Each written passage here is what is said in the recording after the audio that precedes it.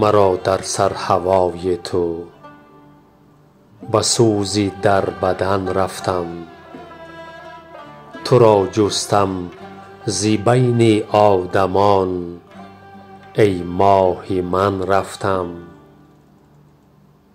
بروید شاخ و برگ و گل از این خاک و از این منزل، صداقت با تو کردم گل، چو یاری ممتحن رفتم.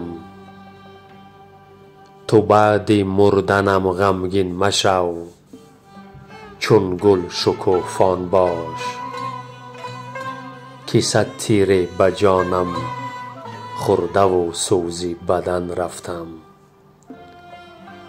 حدیث شعر خود گفتم، تو را در یادها جستم، به معنی همچو افلاطون و زیب انجمن رفتم.